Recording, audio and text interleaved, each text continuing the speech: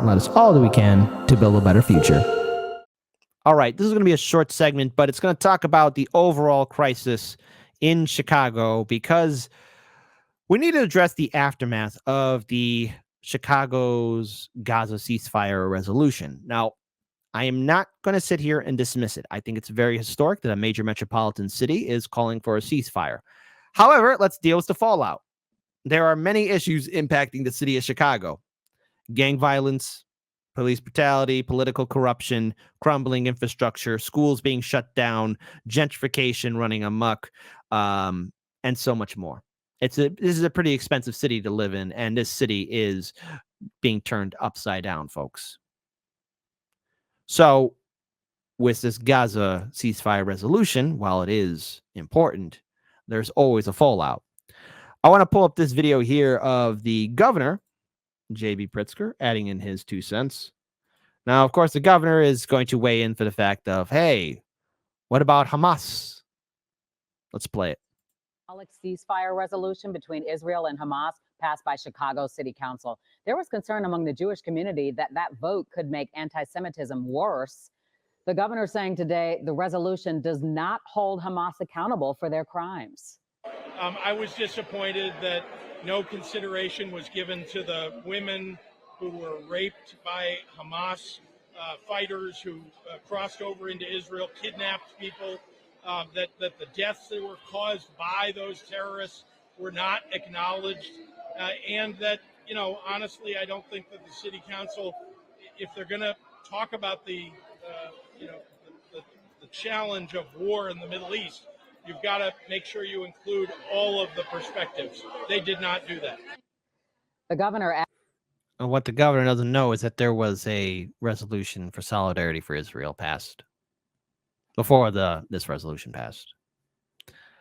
Maybe can't look into that, Governor Pritzker, just a little bit. Added he does not believe this resolution will have any impact on foreign policy or the war in the Middle East. I have to kind of agree with him there because the war is still ongoing. But I do want to pull up this tweet here from a friend of the show and guest as well, Jamal Green. Chicago spent a lot of time on resolutions this week with no resolution to any of the pressing issues in our city. Kids are being killed outside of schools. Yes, that is happening. High rates of thefts and carjackings. Yes, that is happening. And leadership is trying to pass a tax that will go to migrants. Ridiculous. And yes, there is a migrant crisis in the city of Chicago.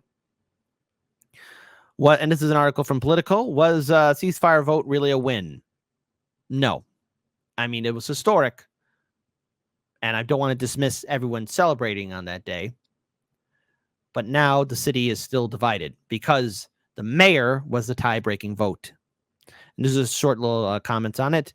Mayor Brandon Johnson's progressive allies are savoring victory with the city council passed a resolution Wednesday calling for a ceasefire in the Middle East. Okay, enjoy it. The council then voted 23-23 on the resolution, leaving Johnson to break the tie and making Chicago the largest city in the country to pass a ceasefire resolution. The dramatic vote will go down in City Hall history as one to remember, but there will always be an asterisk by it. Johnson told 2 of his top lieutenants to take a walk before the vote if they were going to vote no. Also, Alderman Walter Burton Jr., who also served as vice mayor, and Alderman Seth Coleman, the assistant president pro tempore of the council, left the chamber.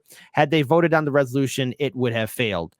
Burton declined to comment, and Coleman didn't return a request to comment. Also absent from the vote were Alderman Pat Dowell and Alderman Emma Mitz.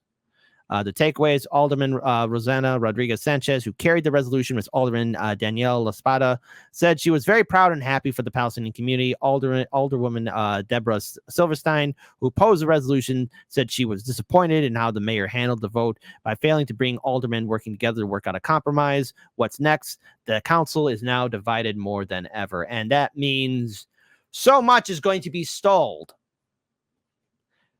Was this resolution historic? Absolutely. Is this going to change the war in Gaza? No.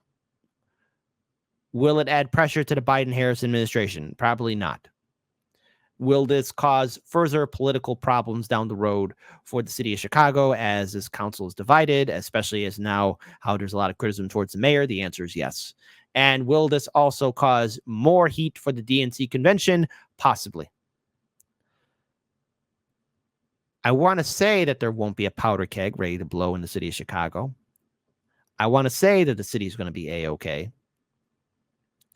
But knowing Chicago's history and from what I've been able to see firsthand overall with the resentment that's growing for the Democratic Party, it's going to get worse before it gets better, unfortunately, folks. And I wish that wasn't the case.